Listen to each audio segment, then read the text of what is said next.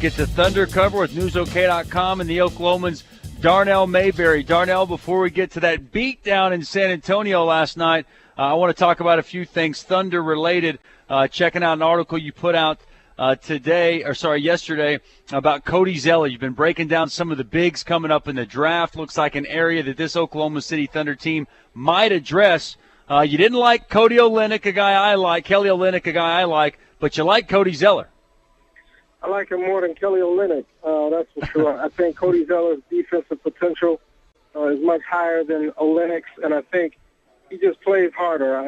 Both of them need to be a little tougher, but I think Cody Zeller has a little bit more of a hustling mentality than Kelly Olynyk does. So for that reason, mostly I like him more. Is that a guy that you would want the Thunder to take or still take best available, or is he someone they should really target and try and get? If they just were dead set on taking a big man with that 12th pick, I think he would be the lesser of all evils. I don't think any of these big men are going to come in and really impress anybody all that much, whether it's next year or even 5 years from now. I think they'll all be just serviceable at best. Steven Adams, John Rhodey wrote about him in yesterday's paper. He's out of Pittsburgh. He's a 7-foot center, and he's only 20 years old. He's 19. He'll be 20 in July. So he's still young. He's got a lot of potential. He's real raw, new to the game. So if there was one of those big men out there, I'd probably go with Zeller first and maybe Steven Adams. And Mason Plumlee is the guy I'm actually writing about for Friday's paper. So stay tuned for that. He's another one that has potential. If you want to know about Mason Plumlee, ask me. I actually had I don't know if it was a good thing or a bad thing, but I was in Chicago over the summer, and I was playing some pickup basketball, and Mason Plumlee was my cover. It was more of a fun game. But I'm going to tell you what, man, the dude is athletic as all get out. I was so shocked. I had no idea how athletic he is, can really play above the rim, super athletic, can actually shoot it pretty well. Obviously – anyone that can play the game of basketball against me is going to impress me, but I got to say he was really impressive, I thought, when I watched him live. How serious was he is what I want to know. Not at all. And he wasn't serious at all, and he was just balling on everybody. And there was a couple other college guys that were playing there, some other guys that could play some ball, but just his athleticism, man, it was very impressive. The was playing for the final during last year when he was here in Oklahoma City, and Brent Berry, who does work for NBA TV now, he's a former player, played with the Sonics, a couple other teams. He actually came out there and played with us. This guy's been retired for at least 5, 6, 7 years now, and he just wasn't even trying, and he was still dominating. So you can see when you're playing against one of those guys how much better they are than you, and it lets you know real quick you're not as good as you think you are. Yeah, and I don't even think I'm good, to be totally honest. Hey, we talked to you on Monday, Darnell, and the rumor was out there. It sounded like Mo Cheeks was going to go to Detroit and become their next head coach. And then right after we got off the air, it was official. Maurice Cheeks did take the job in Detroit. We were talking about what that's going to do exactly mean for Russell Westbrook and the integral role that he's played in his development, but also for Scotty Brooks. I was reading some of Scott Brooks' comments talking about how that's a guy he could lean on, a guy he could go to, who's been there, who's got the experience. Ultimately, how big of a blow is this to the Oklahoma City Thunder with Mo Cheeks not going to be there on the bench? I think we got to wait and see. We have to wait and see what they do. If they're going to go out there and get someone else. I mean, George Karl is out there. Who knows if he'll sort of become the apprentice, the teacher becoming the student. He taught Scott Brooks, and maybe he'll come back and help Scott for a year on the sideline as his assistant. I mean, you never know what happens with the Thunder. I mean, it's a desirable. You got two of the top 10 talents in the league, and Russell Westbrook and Kevin Durant, a team that's you can pencil in to make the Western Conference Finals for the next 3 to 5 years easily. So it's a desirable job. We have to, I think, wait and see what they do to fill that void, because if they don't get someone with experience, then I think it'll be a big blow. But if they go out and get someone who has experience, I think they can make up for the loss of Mo Cheeks. How instrumental was he in the development of Russell Westbrook? We've seen Russell Westbrook grow before our eyes from a guy that was almost a punk out there on the court to a guy that you can really rely on, depend on in big-time moments now. How instrumental was he? Is Russell Westbrook the player he is today if Mo Cheeks hadn't been there? It's hard to say. It's hard to say because I think the maturation of Russell Westbrook is something that we were going to see probably no matter what. But Mo Cheeks definitely played a part in just helping him mature and relax and just being in his ear.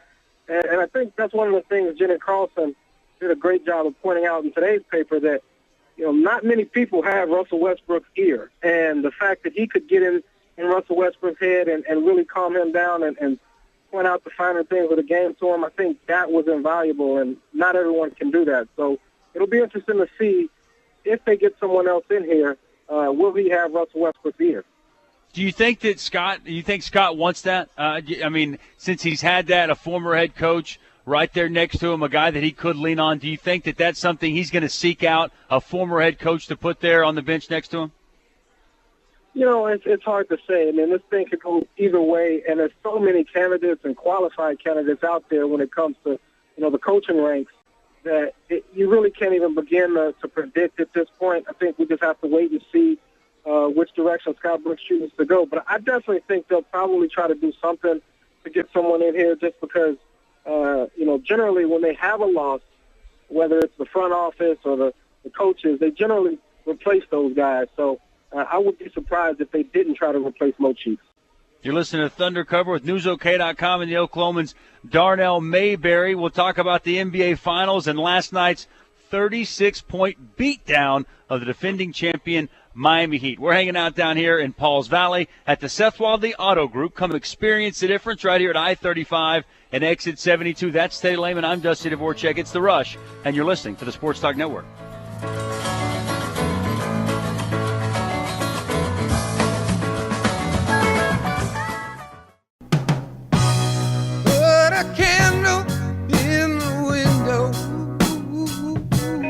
It's 18 minutes past the hour. It's hump day. It's a Wednesday, June the 12th. Beautiful day out there in Oklahoma. Hanging out here in Pauls Valley at the Seth Wadley Auto Group. Come experience the difference right here at I-35 and Exit 72, right here on the east side of the highway. 800-430-6466, the number. Be sure to check them out online. SethWadley.com. Been telling you about the new 2014 GMC Sierra, just in, first one in Oklahoma. They've got one right here. Come down and check it out. Cars, trucks, Jeeps, and SUVs, they've got them all, both new and pre-owned, right here at the Seth Wadley Auto Group in Pauls Valley, I-35 and Exit 72. This hour brought to you by the Riverwind Casino and Hotel, located just south of Norman off of Highway 9 and I-35. 219,000 square feet, over 2,700 electronic games, 30 table games, a poker room, open 24/7, off-track betting, and a high-limits room. Restaurants include the Willows Buffet and Chips and Ale.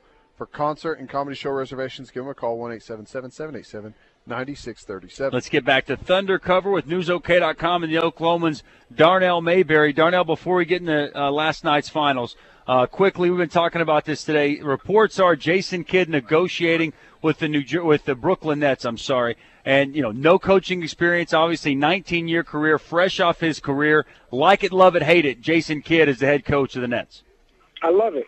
I love it. I absolutely love it. I think Jason Kidd is absolutely qualified to take over as a head coach without any prior coaching experience. I mean, the guy played 16, 17 years in the NBA. 19 years, excuse me. So, and he played the point guard position, which is the quarterback on the floor. He had to know where everybody needed to be. And not only that, but you take his experience with USA basketball and being around great coaches and great basketball minds. He's learned so much over his time in the league that I think he'll be able to come in and be successful. And guys, obviously, he'll command respect from everything that he's done, winning gold medals to the NBA championship with the Mavs, and just being an ultimate winner. So I think he'll come in and command respect and really know how to coach those guys and put them in a position to succeed. I guess my only problem with it is, even reading some of the articles, he's friends with some of the guys on the teams, really good friends with Darren Williams. I just feel like so fresh off the basketball court, having played his last game just 4 or 5 weeks ago, that he's going to have a hard time separating himself and getting that respect that a coach deserves, being friends with the guys. I don't know. I could be wrong. I feel like that's going to be a hurdle for him with these guys is being the disciplinarian, needing to put the friendship aside and be the guy that, demands respect. But I don't know. It's going to be an interesting little concept they got going there. I'm interested to see how it works out, I guess. Well, when you talk about friendships, it's really one kind of true friendship. They say those who mind don't matter, and those who matter don't mind. So if Darren Williams has a problem with Jason Kidd getting on him, then, I don't think they have the relationship that they claim to have, if that's what you're saying. So I think Jason Kidd can come in and really surround himself with experience and experienced people. Maybe his lead assistant can be someone who's been there, or, like a Sam Mitchell or someone like that who's in the booth right now doing broadcast and analyzing the game on NBA TV. Somebody like that, I don't think it's going to be hard for him to come in there and separate, the emotion of being one of the guys versus just coming in and being a coach and separating things. So you look at a guy like Mark Jackson, he was able to do it. He had an incredibly talented roster out there in Golden State, and obviously Kidd would have an equally talented roster in Brooklyn. So, I look forward to seeing it because I'd like to see some of these up-and-coming guys get some opportunities, and I'm rooting for him if he does get it, and I think he'll do well. Yeah, I kind of echo those sentiments. I'm just interested to see if this will actually work. It would be the Russian billionaire who seems to not care what anybody thinks to go out on this limb, make that splash, and bring in Jason Kidd. Also went to 2 finals there as a member of the New Jersey Nets. So definitely something to keep your eye on. All right, let's get to last night. The debacle that was the Miami Heat. 36-point victory. The San Antonio Spurs 16 of 32 from 3. NBA Finals record. Gary Neal, from Italy, wasn't even in the NBA just a couple of years ago, undrafted out of college, playing overseas. Then you have Danny Green, undrafted out of college, got cut by 3 different franchises, cut 3 times in the NBA. Here he is at 27, it's 7-9. He's been on fire from range. This San Antonio Spurs team was in the zone last night defensively. They were incredible, shut down LeBron James. The level of shock you had last night watching the game? On a scale of 1 to 10, 1,000. Everything that, first of all, last time we talked, everything I thought that we'd see last night in Game 3, nothing of it. None of it happened. And everything that you sort of don't expect, all of that happened. So Gary Neal outscored the entire Spurs big 3 by himself. And I think he had 27, and Duncan, Ginobili, and Parker had 25. So nobody really goes into an NBA Finals game thinking a guy like Gary Neal is going to step up like he did. Gary Neal and Danny Green are going to step up like they did. So that was just completely surprising to me. I couldn't believe what I was seeing, especially out of a guy like Gary Neal. How much of this do you throw on LeBron's plate for what's gone on there for them offensively? They're having a hard time getting anything going. The Spurs have a real good game plan defensively. Is he taking the majority of the blame for you? Last night, yeah, he has to take the majority of the blame, and he did. I really respected how he stood up and really put it on his shoulders. But other guys had to step up, too. Last time we talked, I thought Mario Chalmers was emerging as an X factor, and then all of a sudden, when it matters, he essentially goes scoreless on 0 for 3 Isn't that the shooting, thing with fouls. him, though, Darnell? Isn't that the thing? One night he can be a hero, the next night he can be a zero? Yeah, Dustin, you pointed it out on Monday. You said that that's exactly what sort of Mario Chalmers does, and I'll give you credit for hitting the nail on that head so eloquently. Well, I also said yesterday on radio that LeBron was going to go for 30 and the Heat were going to win, so don't give me too much credit. Well, again, nobody saw what transpired last night coming. 36 points they lost by. LeBron basically looked like he was in 2011 form. And Gary Neal and Danny Green ended up being the players of the game. Nobody saw that coming. So I don't think you can get too down on yourself because that was just an anomaly. The question – oh, sorry, Dustin. No. I was just going to say the question is going to be how do they recover from this? We've seen them at times in the past play bad games and then show up and Game 1, for example, didn't look that great. San Antonio, give them the credit, though. They come in there and get a tough win. But then Game 2, they look outstanding, show up, they're hitting all their shots. So how do you think Miami's going to respond to this Game 3 loss? I don't think they should be overly concerned, primarily because those guys hit an NBA record in the finals for three-pointers. And Gary Neal and Danny Green are not going to combine for 52 points again. I mean, I don't care what happens. They're not going to combine for 52 points. Add to that, Tony Parker's now got a strained right hammy. So, if he's not able to be 100% and be able to be effective getting inside the paint like he normally does, that's going to put more pressure on the Spurs offense. And all those open shots that they got, they're going to start to dry up real quick. So I think you should watch out for Tony Parker's health.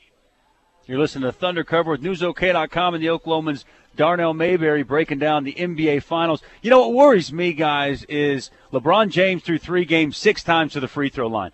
I get it. I know that they're playing off him. They're daring him to take those outside jumpers, and he's reluctantly doing it. I think he's thinking far too much, worrying about it. I think the element of doubt has crept into the back of his mind. But this is a guy who makes his bread by getting to the rack, and whether it's 1, 2, 3 guys, doesn't matter. He's 6'8". He's 260 pounds. Draw the contact, go to the free throw line. You got to be able to get to the rim. Been to the free throw line again 6 times in this series, and just the demeanor on their face, I just didn't like it. I felt like from LeBron James to Dwayne Wade in that second half, that looked like a team that didn't want to be there, that just didn't look like they were into the game like the team I saw in Game 2. That's what really worries me, and that's what I think has to change moving forward to tomorrow night's game. Yeah, but the first thing you said, I mean, LeBron James, and everybody, it seems like nationally and even here locally some, people are saying, if they're giving LeBron that shot, he's got to be able to shoot it and take it and make it. I disagree with that. I mean, just because they're giving you a shot doesn't mean you have to take it. At some point, you do have to take them to begin with, but at some point, if you're not making them, you got to make your own way. You got to get to the basket, like you said. You got to get to the free throw line, put some more pressure on the defense. Don't just continue to sit out there and hoist up jumpers because it's obviously not working. And if you're LeBron James, nobody can stop you from getting to the basket. Even if you get there and you can't, finish or they're clogging the paint, kick it out. Make a play for someone else. And I thought he did a good job in the first half of that, but then he just started settling for jumpers, and that was sort of his way of being aggressive. But that's counterproductive. That's not being aggressive. So I'd like to see him just put his head down, get to the basket, and make something happen. Some of LeBron's shortcomings, though, throughout this series, you got to give credit to Kawhi Leonard and the defense he's played. Even Danny Green at times has been on LeBron. They've done an outstanding job on him defensively. So, yeah, LeBron's got to be more aggressive. He's got to hit those shots. But at the same time, you got to give props to what San Antonio's done defensively. But he's the greatest player on the planet, Ted. Exactly. I mean, not to take anything away from Kawhi Leonard and Danny Green, but this is LeBron James we're talking about. He cannot let Kawhi Leonard and Danny Green keep him from doing what he wants to do on the floor. He can't. No, absolutely you can't. And on the other side of this, let's talk Spurs for a second here. How about Greg Popovich, this organization? You go overseas, you bring in a Manu Ginobili, a Tony Parker from France, guys people probably aren't household names. You go out 2 years ago, you go get a Kawhi Leonard from San Diego State. Not a lot of people knew about him. You look at what they've done with Danny Green, what they've done with even a Bonner, and then a Gary Neal. Just the way this organization is constructed and the way Thiago Splitter from Brazil, you got to take your hats off for what they've been able to do for these superstars, take less money to buy into the team concept. The way this team is constructed, it's pretty remarkable. Yeah, that seems to be what they've done for years and years and years. They just continue to find key pieces and reload year after year, and it works. They might not always get to the championship. They might not always win it, but they're going to put themselves in the best position possible because they have a system, and a part of that system is finding the right players, key players. These players might not be the same on a team like the Thunder or a team like, the Bulls or anybody like that. They might not be the same on any other team. But in that system, they go out and get guys who fill exact roles and know their roles and don't mind playing those roles. So you got to give credit to R.C. Buford and really Greg Popovich.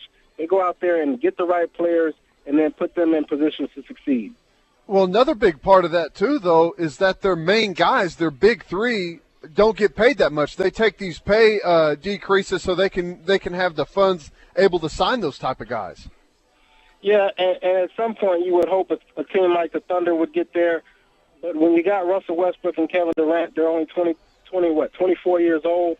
They got a long way to go before they, are to the point where they're probably willing to sacrifice money to bring in someone else. I mean, that's a unique situation that the Spurs found themselves in, because those guys have all come together at the right time to sacrifice for the right thing, and it's just worked wonderfully.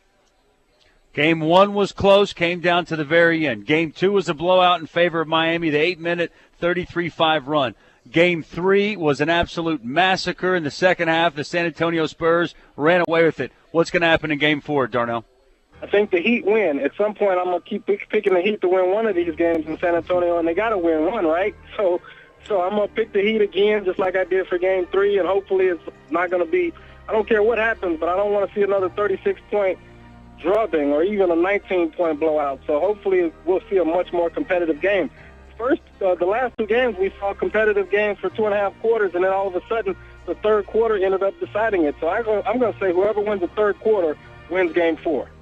I want to see competitive championship basketball. That's all I want. Great stuff, man. Love having you on the show. That's Thunder Cover with NewsOK.com and the Oklahomans. Darnell Mayberry. We'll talk to you Friday and check out Game 4. We're hanging out down here in Pauls Valley at the Seth Wadley Auto Group. Come experience the difference at I-35 and Exit 72. That's Teddy Lehman. I'm Dusty Dvorak. You're listening to The Rush, Sports Talk Network.